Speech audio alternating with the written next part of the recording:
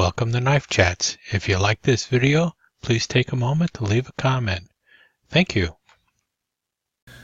So I was on YouTube and looking around and started seeing that everyone seems to have a top 5 list of something. They've got their top 5 favorite tanks, top 5 armies in the world, top 5 rifles, top 5 pistols, top 5 dinosaurs, top 5 STDs, top 5 sci-fi movies, top 5 cars.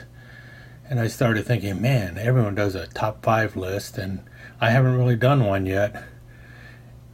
And then I started thinking, should I or shouldn't I?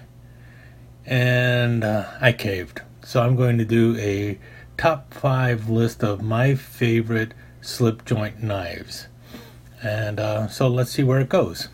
And one of the first things I did when I decided I was going to do this list is I'm going to skip the Swiss Army knives.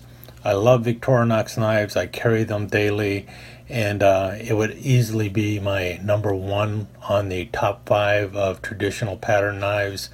But I've always seen these Swiss Army knives in a class all their own. So what I'll do instead is do another top 5 on just Swiss Army knives and what I think are my top 5 Swiss Army knives. But it's not going to be part of this list of top 5 knives. These are going to be what other people consider traditional pattern slip joint knives, the knives that your granddad used to carry. Or should I say the knives your granddad carried if your granddad wasn't in the Swiss Army. I would hazard to guess that just about every top 5 list out there on traditional pattern or slip joint knives would have the trapper in there somewhere.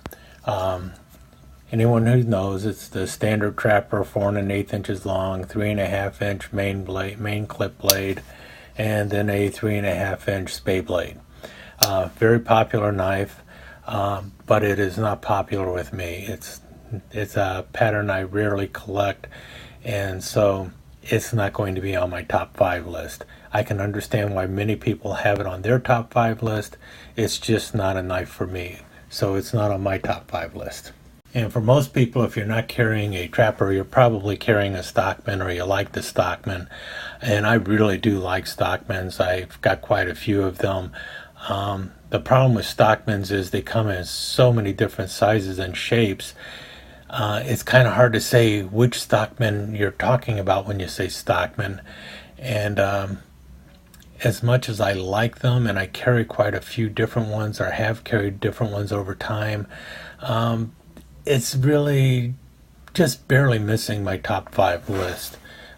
This typical one, this is a large Stockman by Case, and it's got your a clip point blade, a sheep foot blade, and then a spay blade. And those are the blades you find on most Stockmans, regardless of what size they are. Sometimes this spay blade will be replaced with a pin blade or a reamer. I really like them with a reamer. Usually you'll see that on like medium Stockmans and such. But as cool as they are, they're just barely missing my list of top 5 slip joint knives. I can see why they're on many other people's lists though. Now, a really cool knife that a lot of people probably go around putting on their list is something like a Stiletto.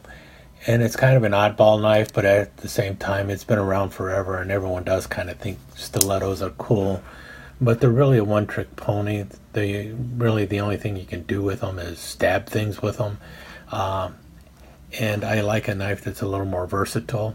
So as cool as they are, I'm not really getting ready for a zombie apocalypse or a rumble in the Bronx. So the Stiletto just doesn't quite make it on a top 5 list to me, even though they're really a cool pattern, and I can see why people like them. I mean, hell, I like them. I think they're a fantastic looking knife, but for an everyday pocket carry and something that I really kind of dig all the time, the Stiletto doesn't quite make it, but I can see why people like them. A knife that a lot of people like simply because they've used them a lot are Electrician knives, and this is a really good work knife. You've got that locking screwdriver blade, and that's really a good thing. And these knives, you know, if you've been in the military, you've probably been around them, so that's one reason why people like them. You got the main spear blade, You know, really good handle shape, feels good in the hand, and I can see why people will pick this in their top 5 list of knives. So yeah, the Electrician knife is kind of nice, but again, not one of my top 5 knives. And another one that I have quite a few of are the Marlin Spikes. I mean, I must have 60 or 70 of these. I really like collecting them, and I collect them mainly because were used by the military and stuff. And you got that really cool Marlin Spike, and so you can do a lot of work with ropes and everything else. And you got the sheep foot blade on the other side, which is a nice blade for rope work and everything. And if you sail a lot, how could you not want something like a Marlin Spike with you? But I'm not a sailor, and as much as I like them, they're really big and heavy for the pocket, so not a really great pocket carry. So really terrific work knife, but not one for me for my top 5 list. Just a really cool knife.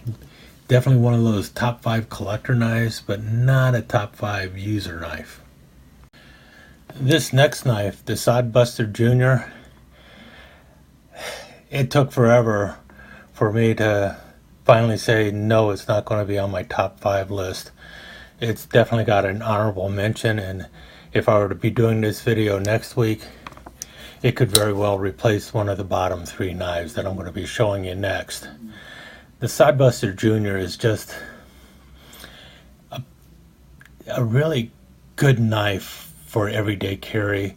You've got one single blade, and that was the one detractor from it. That's the only reason it's not on my top 5 list. Really nice size. Goes in the pocket well. Can take a beating. Does all sorts of great work. I can see how people would even have this as number 1 on their top 5 list, the Sodbuster Jr. or the full-size Sodbuster. But it just barely missed my list. And like I said, if I were to be doing this next week, it could easily replace 3, 4, or 5 on my list. So it's one of those knives that would go in and out of my top 5 list, the Sodbuster Jr. So there's a lot of knives that didn't make the list. The Electrician knife, the Marlin Spike, the Stiletto, the Stockman, and the Trapper, and the poor Sodbuster Jr. that is still taking center stage on knives that didn't quite make the list. Well, let's face it, the Trapper was nowhere near going to be on my list. Stockman was close, Electrician knife, the other ones are all close, but Trapper, it'll be a cold day in hell before it's on one of my top 5 lists. That brings us to the ones that made it. And first up, number 5 on my list is the Canoe. This knife just slides right into the pocket, 3 5/8 inches long. It's got a wonderful feel to it, goes into the pocket well, and you got 2 blades on it. You've got a really nice spear point blade up front here. Feels good in your hand. You've got that little bit of the way the bolster moves, so your hand just kind of fits in there real well, and you're not going to slip up on the blade too easily. And then you've got the secondary blade, which I always like is a secondary blade. You've got the small spear or the pin blade, whatever way you want to call it, for your little detail work, cutting rope, cutting up small items and stuff, saving on your main blade here for the bigger tasks and everything. So the Canoe is number 5 on my list. We're going to have to move a few of you guys out of the way. So number 5 on my list is the Canoe. Next up is the Barlow, and I think I like this knife mainly because of the history of it, and also because it's kind of a unique looking pattern with its really large bolster, the bare head bottom of it, and then you usually have 2 blades on it, and they're different types of blades. I like the pen blade, and then the clip point blade. Those are the typical blades you have on it. I've seen it with other blade choices, and sometimes I do like another blade choice. I have one that has a Spearmaster blade and a Warncliffe for a secondary blade. I really like that one a lot.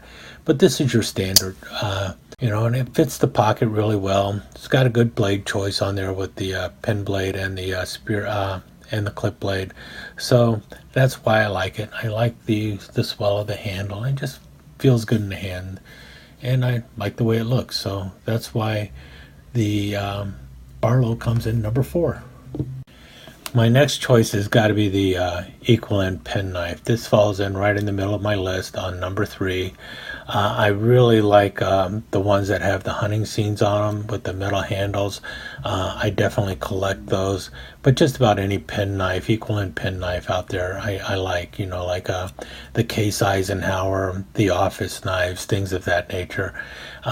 They're just a really nice small knife, usually very slim build, and they go into the pocket really well. I think just about every knife maker has made some kind of equal end pen knife, and I think they're fun to collect, and I also think they're just a really handy little carry knife. Typically they'll have a spear master blade and then a pen blade on the opposite end. The knives usually are about 3 1/4 inches long, and I don't know, I find them really a nice simple knife, great for your Sunday carries or anything else. They're definitely non-threatening. If you have a big collection of pen knives, no one's going to sit there and think you're some kind of psychopath serial killer.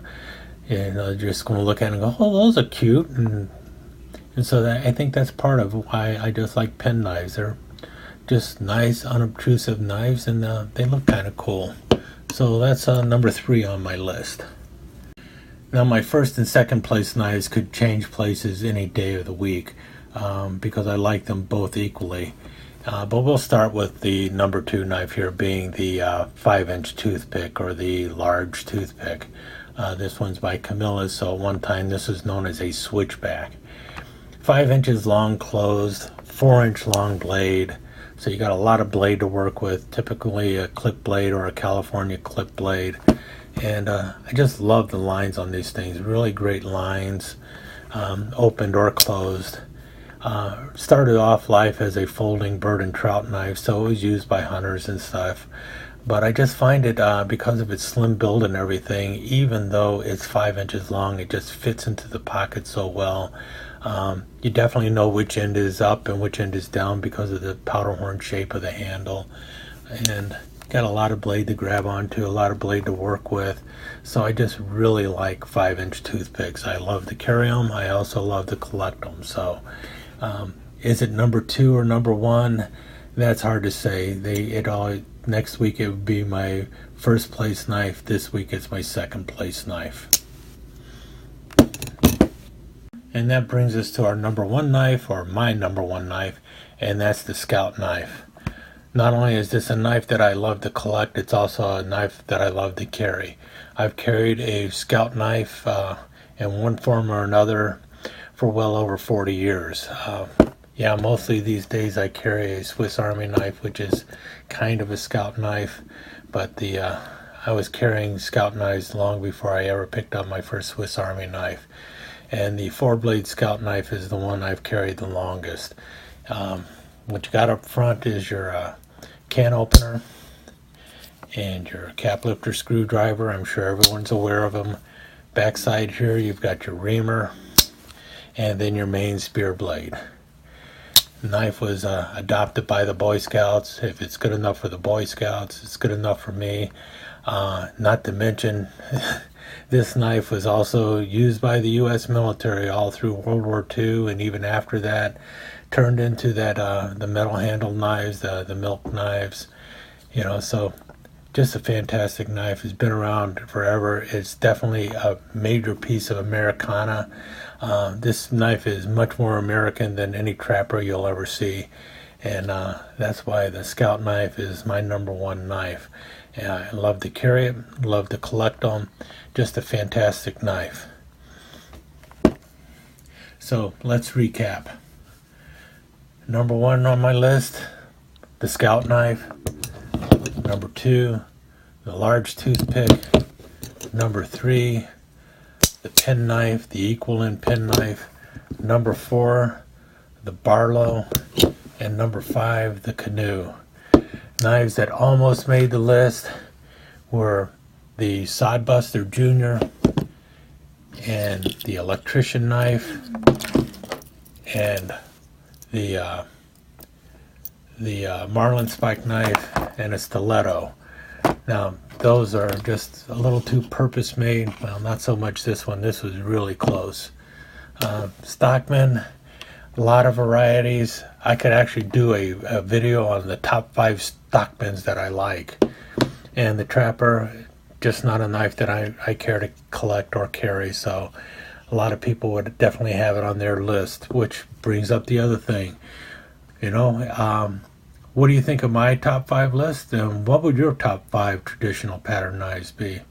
Go ahead and add it in a comment below, or post it on one of your own pages and let me know about it. I'd love to hear what other people's top 5 traditional pattern knives are.